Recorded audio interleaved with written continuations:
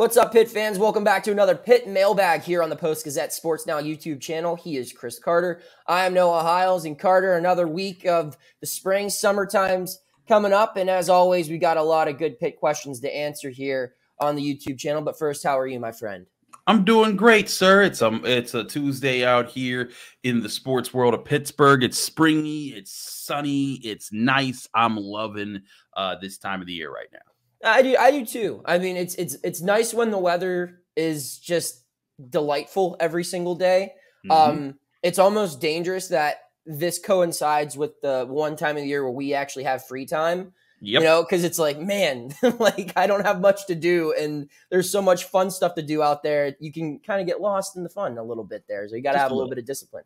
But no, we're still grinding away here on the Pitt beat, and we've got your questions that we're going to answer right now. We'll start off with this one was asked to me in a million different ways over the past week, both for this mailbag and just in general. It's the main topic of conversation in the world of college sports right now.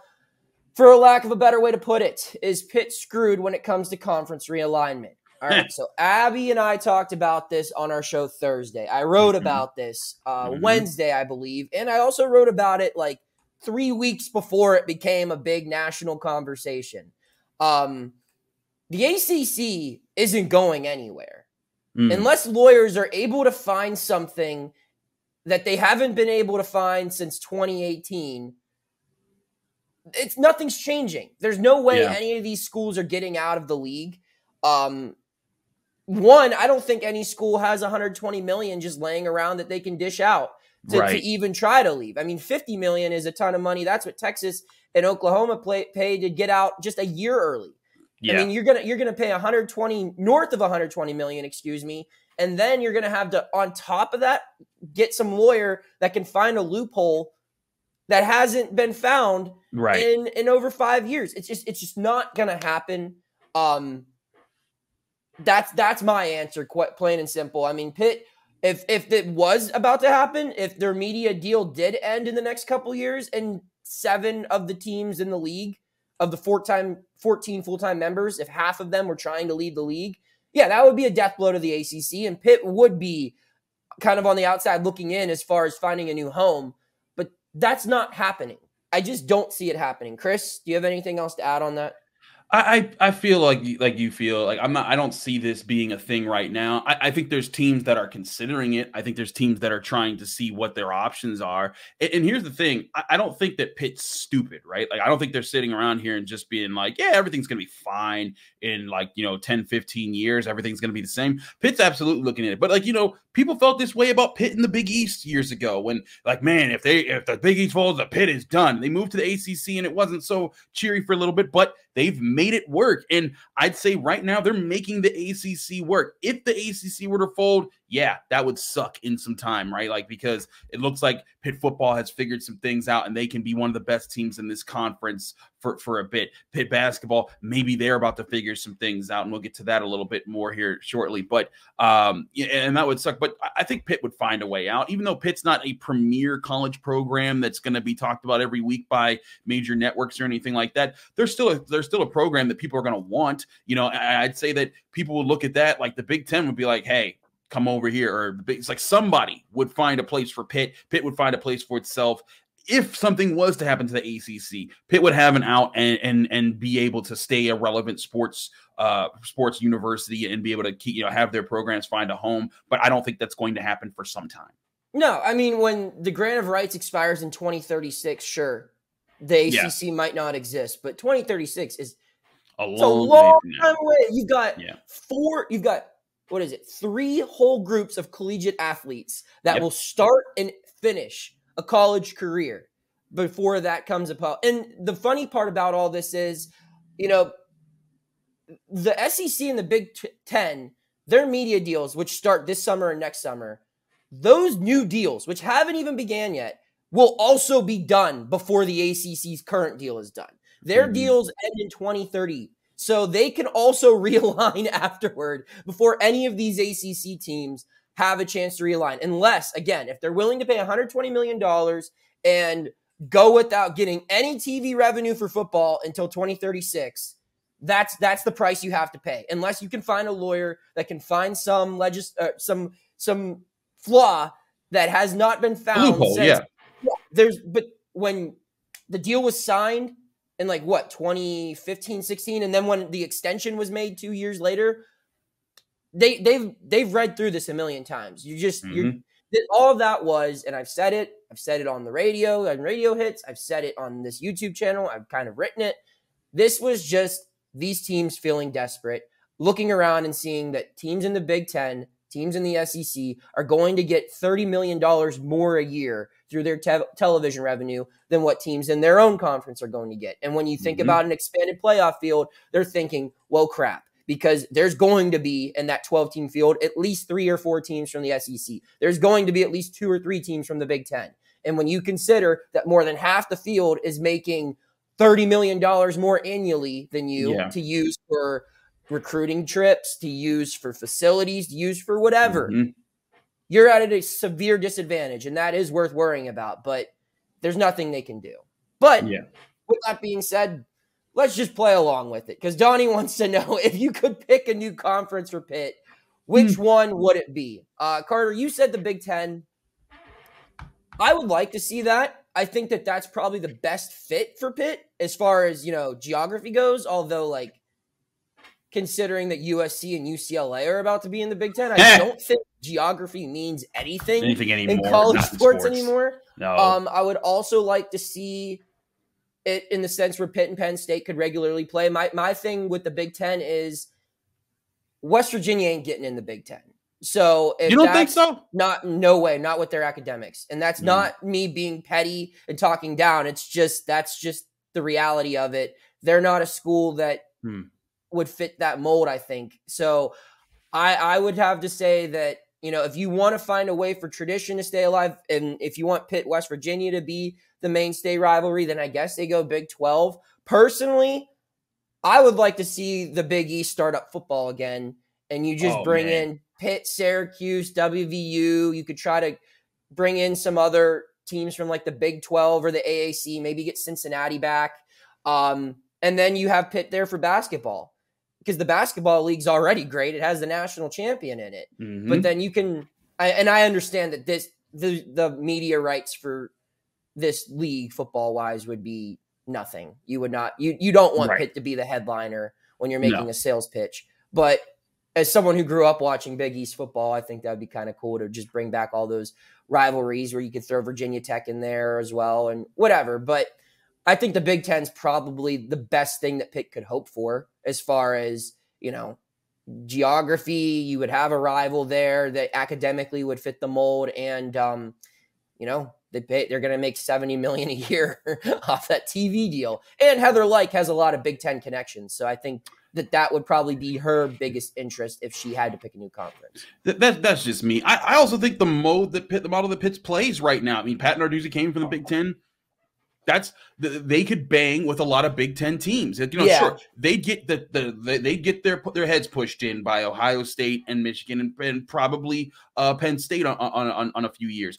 But I do think that getting in that conference, one, gets you the TV money, and I think that you'd be able to compete with a lot of I think that Pitt could be in the level like where Michigan State is right now. We're kind of like, hey, we're one of the better Big Ten teams once every 4 or 5 years. Wisconsin's right up there. I think they could bang with Wisconsin. I think Pitt Wisconsin would be a great rivalry as far as if they were in the same division and they played every year. I think that would be some great TV right there that would develop a rivalry with the way that they play football and the way they would clash.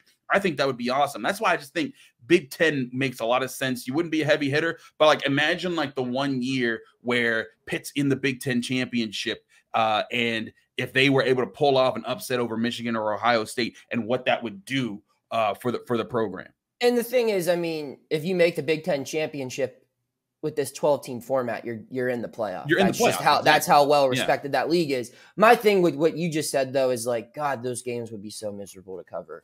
Pitt, Iowa, there might be 7 passes. Let's go. The defense, the punting would be astounding. It would just and that would be, I guess, my one caveat is I think that Pitt benefits from playing their style in this specific league, the ACC, because there aren't many teams who can play the game that Pitt plays. They're kind of an outlier in the 3 yards cloud of dust style, where that is Big Ten football. So how well would Pitt fare against programs that have been playing that style of football for 50 plus years, like Wisconsin and Iowa and all those teams?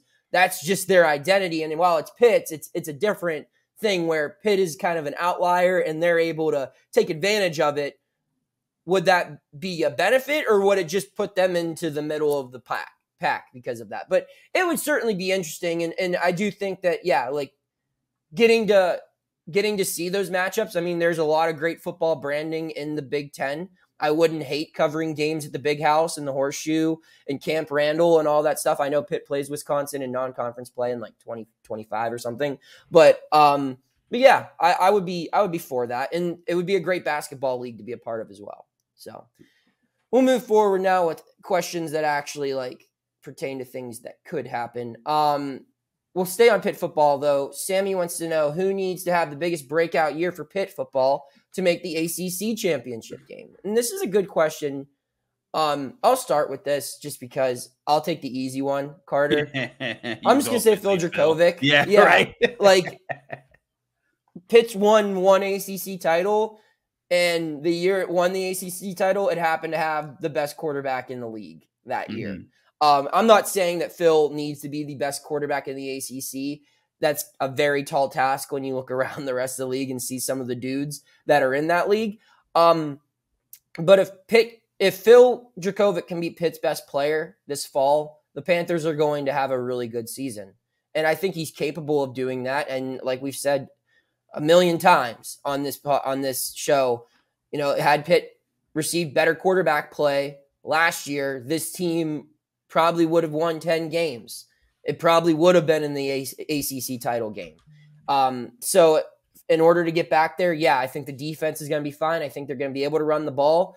And if Pitt can be a dynamic passing attack to go along with its rushing attack offensively, I don't know how many teams are going to be able to keep up with the Panthers. So that would be my answer. Carter, you have anyone different? So my thinking here is like, Phil's the obvious one. Like we could take Phil and go by that and just and rock with that. But my thinking here is a little different. I'm going to say Deion Hayes.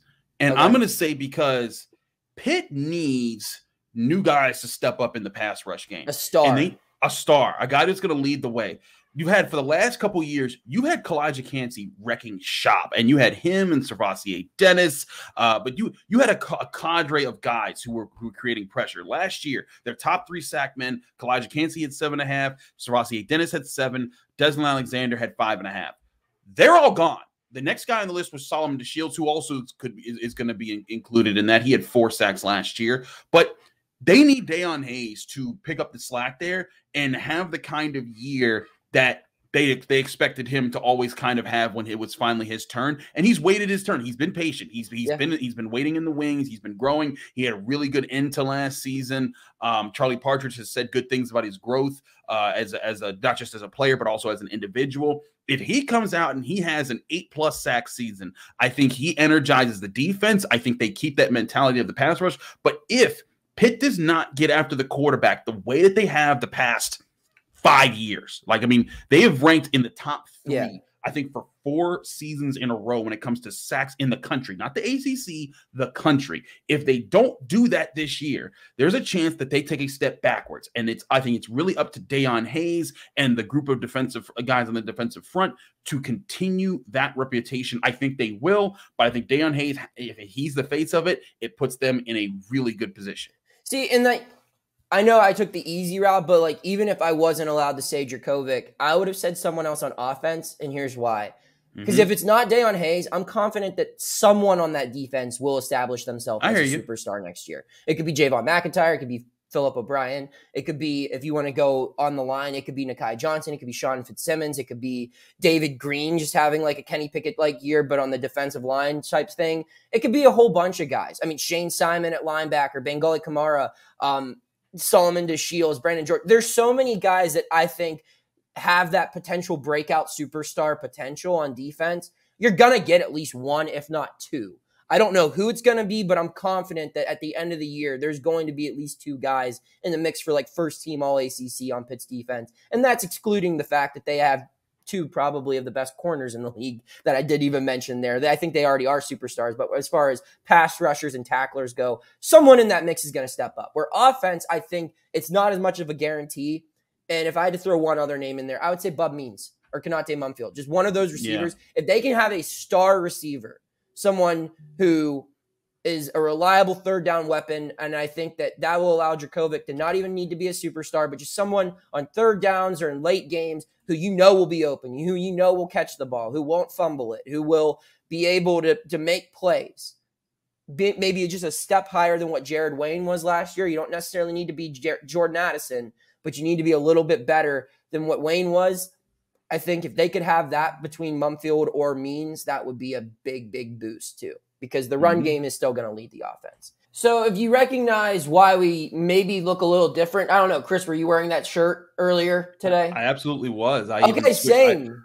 I switched out of the shirt at one point during the day, and then I switched back just to make sure that it was appearance. But now, since you've blown that secret, no, I'll blow the cover because I mean we record these Monday afternoons, and we both had other work obligations later in the day, and sure enough, later in the day, some Pitt news broke. The Panthers landed Papa Kante, a 4-star center from Connecticut. He was originally committed to Michigan. He he actually signed with Michigan, filed to have that signing taken away, to reopen his recruitment last month.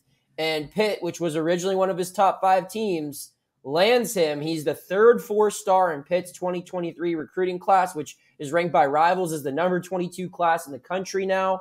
And just like that, Carter, we have a completely different answer for this question that came from Central Vikes. We recorded this earlier today. He wanted to know while Coach Capel has added 2 players in the portal, it appears he is struggling to land another veteran guard, and there hasn't even been a mention of him getting a more physical defender rebounder many people have felt he needed. Isn't that ironic that this comes up later? He didn't get Greg Pitt until mid-May last year, so perhaps he can pull a rabbit out of his hat again, even as most of the top portal guys are already committed. Now I'm reading this off the bottom thing like I did the last time we recorded this, but if he doesn't land someone soon, do you think he'll just have to bank on those 2 open scholarships to use for the class of 24? Well, one of those, as we just found out, one of those scholarships is going to not a member of the class of 24. I think he means a class of 23, a high school guy that hadn't committed yet, and that's where it's going. But, I mean, Chris, like Central Vikes alluded to here, it didn't seem like the physical defender rebounder had been addressed that much this offseason. I mean, Zach Austin was signed. He's a wing. I wouldn't put him in, a position where he would play anywhere deeper than a 4. But they got that with Kante. Yeah, they get a guy like that, 6'10". International, comes from Senegal, but has been playing in the U.S. for a few years now. And it's kind of exciting that, they're getting a guy who was being looked at by Michigan, one of the big dogs of college basketball. For them to get a 3rd 4-star player to this class, I think it speaks to, how Pitt doesn't, just because they don't jump out and get the first guys that are available, that doesn't mean that they're not working. I mean, even years ago, William Jeffress was, one of the top players coming out of his high school class, and Pitt got him in April. They got Greg Elliott in May last year. There's just been this way of they wait things out. They don't necessarily go after every person out there. They pick their targets, and apparently this was one of their guys. And for them to get a center who's a 4-star guy, he's going to bring in some size. And now you have a front court that you could probably work with. And, something that you and I talked about, Blake Hinson not having to play the 4, if you can keep him at the 3, maybe if you have the mix of either of the Diaz-Graham twins taking a step up and getting their feet under them a little bit more, Fetty playing the way he did last year, and if Kante can be a solid freshman center, or at least a strong 4 to work with Fetty on the floor, you can keep Blake Hinson at that 3 where he can shoot more 3-pointers, kind of work on the wings and use that 6'7" size where he can maybe get some more mismatches out there. I think this is another example of Jeff Capel and Pitt's recruiting team keeping the door open, staying focused, and going and getting players that they have their eyes on. And why we should, everyone who thinks that they know what's going on in transfer portal and recruiting, as far as why aren't they doing this? Why aren't they doing that? There usually is something in the works. And especially in the last couple seasons, we've seen, or like a couple recruiting seasons, that is, we've seen Pitt make some moves here and there when everyone thought they were sleeping.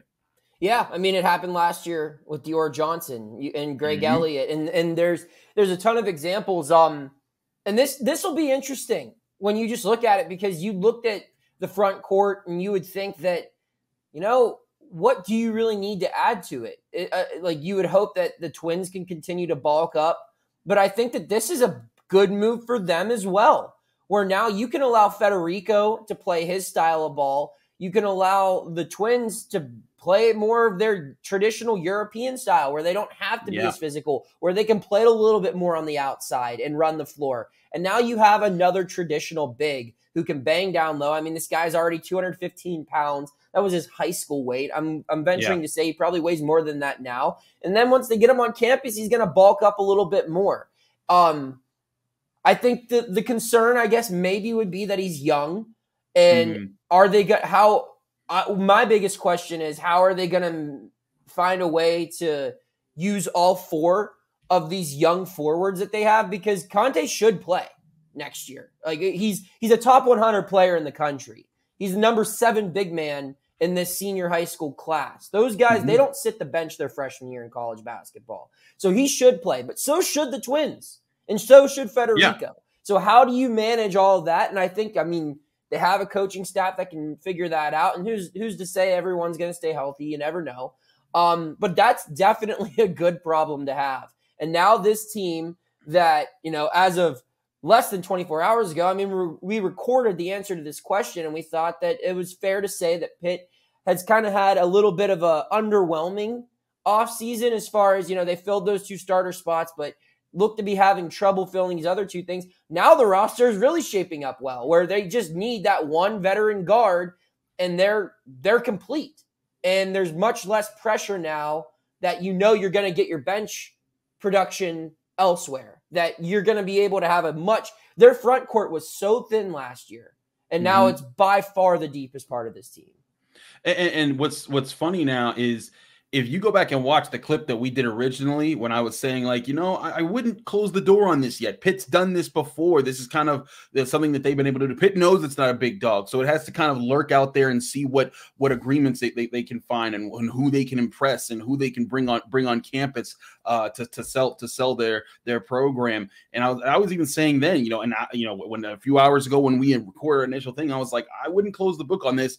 They could have something cooking, and lo and behold, just a couple hours after we did that, they make a move, and they might have another move in store here. I wouldn't close the door on that either. I think that Jeff Capel and the recruiting team that Pitt has put together, I think that they're working around the clock. They're kind of keeping things open here. But you're right.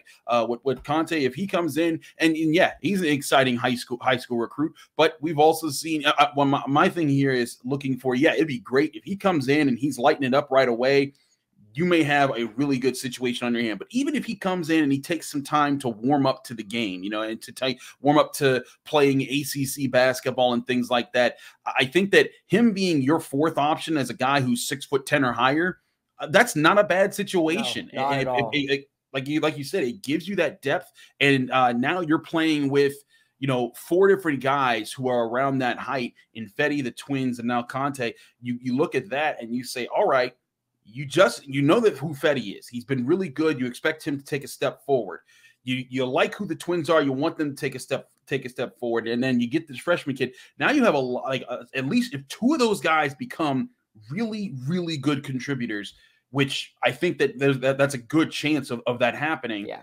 You have at least 2 guys you can count on for defense, rebounds, points, and can balance out this roster that looked very guard heavy, like you said before. So to me, really big win for Pitt. to get a name like this, to get a guy that's rated this high. And I think it should make Pitt fans excited for what might be coming back to the Pete this next season. All right, so that was our cut-in. We're going to head back now to our original recording here on the Pitt Mailbag. So go back in time with us. Final question of this week's mailbag comes from Craig, and I like it. What Pitt coach would you invite to your Memorial Day party and why? Carter, do you want to start with this? I got thoughts. Okay, so it depends on what you are they bringing a dish? Because then I'm interested in what kind of food the different Pitt coaches would bring. If I'm thinking about what kind of food they bring or what they bring to the party, I'd be interested in Jeff Capelson, because I know that man throws down in the kitchen, and he also has an eclectic taste of wine, so he might bring some drinks. So Jeff Capel, as far as what he could bring to the party, but as far as like hanging out vibes. The vibes, man, like I think that Frank Signetti would be a good time. I think that Taekwon Underwood would be a really fun dude. Yeah, like there's guys that just they live for the excitement, and there's guys that kind of are at different positions. And I think it might be unfair. Like Pat Narduzzi's the head coach; he can't always just be the guy that does that. Charlie Partridge, I think, could be a fun guy, but Charlie's always like right here. He's never like popping off the charts to us, right? You know, like Randy Bates might sometimes when we talk to him. But if I was thinking of like the guy who'd be the life of the party and someone that I'd be like, you know, he'd be able to kick with my friends, I think Taekwon Underwood and Frank Signetti are my top two candidates there. But again, if I'm going for who's bringing the best stuff to add to the party, I'm going with Jeff Capel.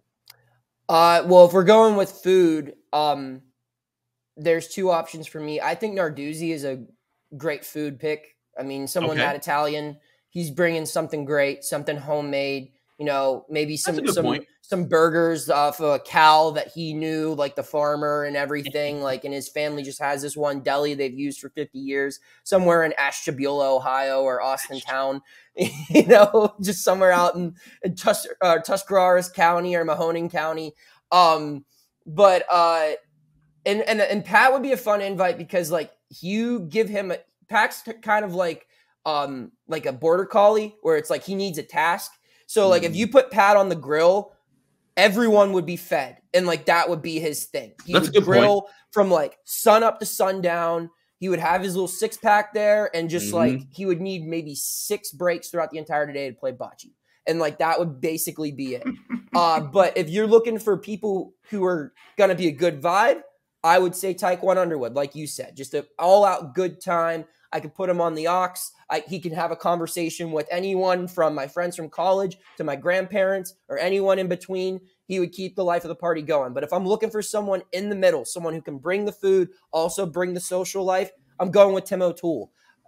I think that's you go with the New Yorker. He knows how to eat. He knows how to have a good time. He coaches 6'11", 19-year-olds for a living. So like he can communicate and get through to just about anyone. And so those would be my 3. If we're going strictly food or like function for this, Narduzzi's a great pick. If you're going for vibes, it's Coach Underwood. If you're going for a Swiss Army knife, someone who could do a little bit, I'll give Tim O'Toole the tongs. I'll also give him the aux cord. I'll give him whatever he needs. He can be at my barbecue anytime. So those are my answers. There you go. I think those are all good picks here. Yeah. That's an interesting list there. I never thought about which Pitt coaches I'd be hanging out with at my Memorial Day grilling. Yeah, and then I'm trying to think like other coaches. But no, I'll stick with those for now. Oh, Coach Fish would be cool too. I could just play volleyball with him, and we could just run. We could just run the table the whole afternoon because he's like 6'10" or whatever. But that's all we got. Carter, any final thoughts? Just going to say for the record here that on a podcast where there was a diss of West Virginia academics, it was not the Pitt grad who said that, but the Mountain Union grad who went after them. So just want to say for all you Mountaineer folks that if you have any reason that you've made it to this part of the podcast, I salute you. And I also think that you need to go after Noah Hiles, not me.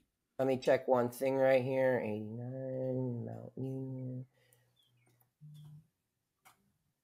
Yeah, West Virginia's acceptance rate's 89%. Mountain Union, a lot lower than that. That's what I'll say. Thanks for tuning in. Hit that subscribe button if you haven't already, and we'll see you next week here on the Pitt Mailbag. Thank you for checking out this content from Post-Gazette Sports. If you liked the video, please like it and subscribe to our YouTube channel. If you enjoyed it on Apple Podcasts, please rate us 5 stars on Apple Podcasts. For 6 months of digital access to post-gazette.com for just $6, click the link down in the description.